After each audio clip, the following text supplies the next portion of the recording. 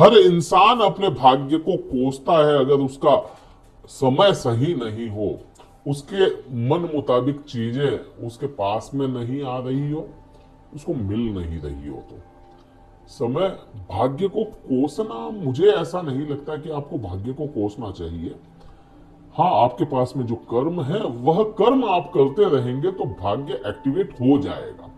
लेकिन कई बार स्थितियां ऐसी बन जाती है, भाग्य का स्वामी जो हो वह अगर फंस जाए कुछ ऐसी परिस्थितियों में जहां वह चाहकर भी आपको रिजल्ट ना दे पाए, जैसे सूर्य ग्रह अभी पिछले कुछ दिनों से फंसे हुए हैं, अपने प्रभाव ला सकते हैं वहां से, मित्र की राशि में है, सब कुछ अच्छी चीजें होते हुए भी नहीं ला पा रहे रिजल्ट, क्योंकि राहु के साथ फंस गए।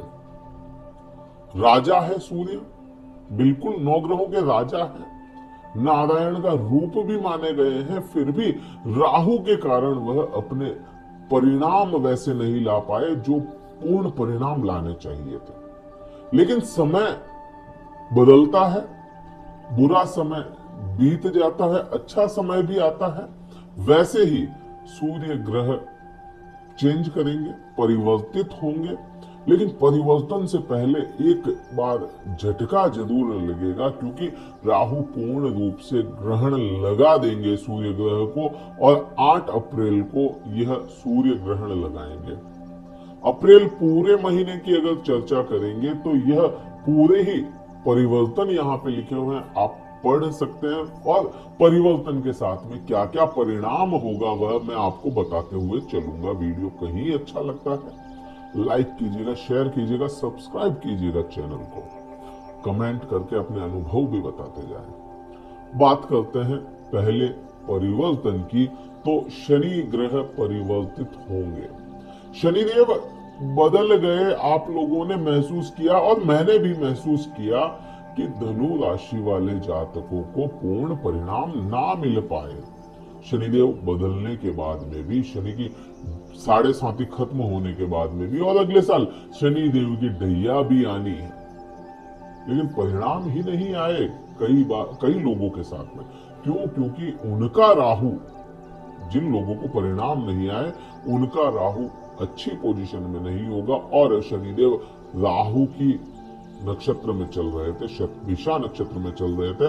5 तारीख को, 5 अप्रैल को शनिदेव नक्षत्र बदलेंगे और पूर्वा भाद्रपद नक्षत्र में चले जाएंगे, जो बृहस्पति का नक्षत्र होता है। और आपने पहले भी कई वीडियोस में देखा है, कोई भी ग्रह परिणाम तभी लाएगा जब उसका बेस और उसका साथ अच्छा होगा, क्योंकि बेस, या इसको कहें जो डिस्पोजिटर होगा, वह अगर पोजिशनल अच्छा है या आपका मित्र है तो परिणाम भी वैसे ही लेकर के आता है। तो शनिदेव के प्रभाव भी डिस्पोजिटर पर निर्भर करते हैं कुछ हद तक। तो पूर्वा भाद्रपद नक्षत्र बृहस्पति का है, और बृहस्पति आपके राशि स्वामी हो जाता है। यहाँ पे इतना ही बहुत है कि शनिदेव पूर्वा भाद्रपद नक्षत्र में बढ़ोतरियां देंगे ही देंगे। हाँ, देर करवाते हैं, यह शनि का व्यवहार या प्रभाव या उनकी फितरत में होता है, लेकिन देंगे ही। बात करते हैं अगले परिवर्तन की, या अगले जो प्रभाव आएगा वह ग्रहण का प्रभाव आएगा। ग्रहण का प्रभाव आप पे क्या आना है? एक तो सुख भाव में ग्रहण लग रहा है आपके राहु का, राहु ग्रहण लगा रहा है सूर्य को आपके सुख भाव में, तो सुख भाव को लेकर के आपको परेशानियां, माता का स्वास्थ्य खराब हो सकता है 1 अप्रैल से लेकर के पूरे 13 अप्रैल तक। 13 दिन का यह समय रहेगा, क्योंकि कोई भी ग्रह है ना, वो पहुंच गया। अब जो ग्रहण लगाएगा, ग्रहण 4-5 दिन पहले लगाएगा, 4-5 दिन बाद तक इसका असर रहेगा, पहले और बाद तक असर रहेगा। हालांकि ग्रहण के दिन का सूतक वगैरह वो सारा सब कुछ भारत में नहीं हो रहा है, फिर भी सूर्य तो सूर्य है, और यह ग्रहण की चपेट में आएगा तो आप समझ सकते हैं, कोई अपने ऊपर कोई चीज हुई है, अपन बीमार भी हुए हैं, तो उसको रिकवरी में कितना टाइम लग जाता है, तो वैसे ही सूर्य को वापस रिकवर होने में समय लगेगा। और ये तो राजा है, अब कोई राजा की बेइज्जती कर दे, आप सीधा एक उदाहरण है, अगर कोई राजा की बेइज्जती कर रहा है तो उसको दिमाग शांत करने में कुछ तो समय लगेगा। वैसे ही इसको 13 तारीख तक, जब तक यह उस हाउस से नहीं निकल जाता, उस ऑरा से नहीं निकल जाता, तब तक सूर्य पीड़ित ही रहना है। तो ये 13 तारीख तक का समय रहेगा आपको पूर्ण अच्छे प्रभाव लाने। लेकिन 13 तारीख को यह सूर्य अपनी उच्चतम अवस्था में चला जाएगा, मेष राशि में चला जाएगा। मेष राशि उच्च अवस्था होती है सूर्य की, और भाग्य भाव का स्वामी है, तो आपके भाग्य का साथ दिलाएगा ही दिलाएगा। कई चीजें आपके सामने ऐसी आएंगी जो आपने सोची नहीं थी और आपके काम बन गए। वो क्या है? भाग्य ही है। अब भाग्य भाव का स्वामी बृहस्पति के साथ होगा, और बृहस्पति बड़े कमजोर स्थिति में चले जाएंगे। यहां पे बृहस्पति वृद्धियां करना चाहता है, लेकिन उसके पास में पावर नहीं। और यहां सूर्य अपने प्रभाव लेकर के आएगा आपके प्रेम संबंधों में, आपके संतान में। संतान आपको गौरवान्वित महसूस करवाएगी। संतान की वजह से आपको कुछ ऐसी न्यूज मिले जो आप सुनना चाहते थे वास्तव में। यहाँ कोई विद्यार्थी गण है तो वो उनका पढ़ाई में मन लगेगा, या एक बार कोई चीज देख ली तो वो पूरी सटीकता या एकाग्रता से काम करना शुरू कर दे। एकाग्र मन होगा यहाँ पे। हाँ, ऊर्जा होगी, सूर्य की ऊर्जा हर कोई सहन नहीं कर पाता, तो उसको सहन आपको करने के लिए कुछ उपाय आगे बताएंगे। अगला परिवर्तन जो होगा वह 9 अप्रैल को बुध ग्रह का होगा। बुध ग्रह आपके लिए क्या हो जाता है? बुध ग्रह आपके लिए कर्म क्षेत्र के स्वामी है, आपके सप्तम भाव के स्वामी है, और वह आपके मीन राशि में वक्री होकर के चले जाएंगे। अब यहाँ आप समझें बात को, यहाँ पे सीधा यही है, जिनका राहु कुंडली में अच्छी पोजीशन में है, 3, 6, 8, 11, 12 तक में है, तो वह कुछ हद तक आपको अच्छे रिजल्ट देगा। और बुध क्योंकि अपने ही भाव को देखेगा और केतु के प्रभावों को कम करेगा, तो 9 तारीख के बाद में आपके किसी प्रकार के कर्म क्षेत्र में, करियर में अगर कोई उतार आ रहा था, तो वो वापस चढ़ाई पे पहुंचेगा, वह वापस अपने पीक पे जाने की कोशिश करवाएगा। यह बुध आपको करियर रिलेटेड सारे इशू और आपके जो यह सप्तम भाव के पति पत्नी के पार्टनर्स के आपके धर्म से जोड़ने के यह चीजें भी कुछ हद तक, धर्म का तो एक बार की साइड करें, क्योंकि धर्म को राहु मानता नहीं है, बहुत ज्यादा पाखंड में विश्वास नहीं रखता, और धर्म को भी एक बार नकार देता है। तो धर्म की बात ना करके केवल पति पत्नी और पार्टनर्स की बात करें तो वह ज्यादा सही रहेगा। तो आपको यह प्रभाव बुध के आने होंगे। अगला परिवर्तन जो होगा वह होगा 13 तारीख का, मैंने बता दिया आपको सूर्य का।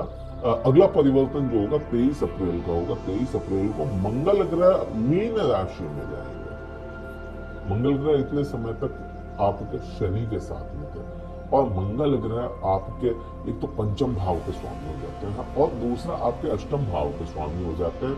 अब यह सुख भाव में आ रहे हैं, लेकिन राहु के साथ में आ रहे हैं, अंगारक दोष बना रहे हैं। ये मंगल का पर्सपेक्टिव यहाँ पे क्या कहता है? मंगल का पर्सपेक्टिव कहता है यहाँ पे कि आप अपने प्रेमिका, क्योंकि यह पंचम भाव है, आप अपनी प्रेमिका या प्रेमी से अनवांटेड डिमांड कोई रख दे जो वो पूरा ना कर पाए।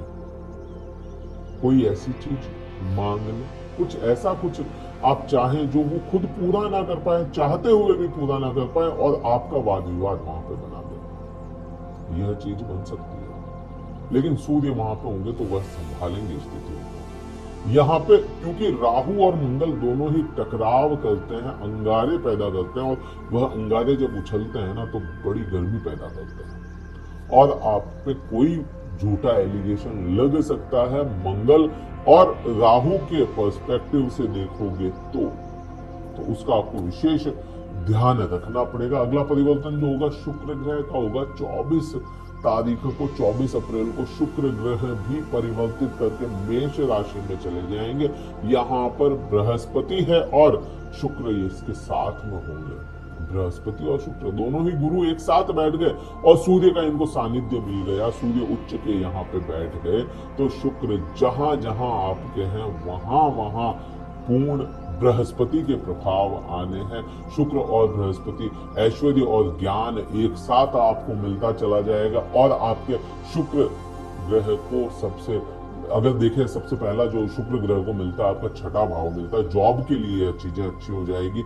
आपको अगर किसी प्रकार के अंदरूनी रोग सता रहे हैं, गुप्त रोग कह सकते हैं, इंटीमेट एरिया में कोई खाज खुजली टाइप के रोग हैं, तो वह कम होने के पूरे योग बन जाते हैं। दूसरा, लाभ भाव की बात आ जाती है और शुक्र वही लाभ भाव पे सीधी दृष्टि से देखेंगे, लाभ भाव पे सूर्य देखेंगे, लाभ भाव पे ही बृहस्पति देख रहे हैं, तो लाभ में वृद्धियां यह ग्रह करवाने का काम करेगा। लेकिन 24 के बाद में तो वो बहुत लेट हो जाएगा।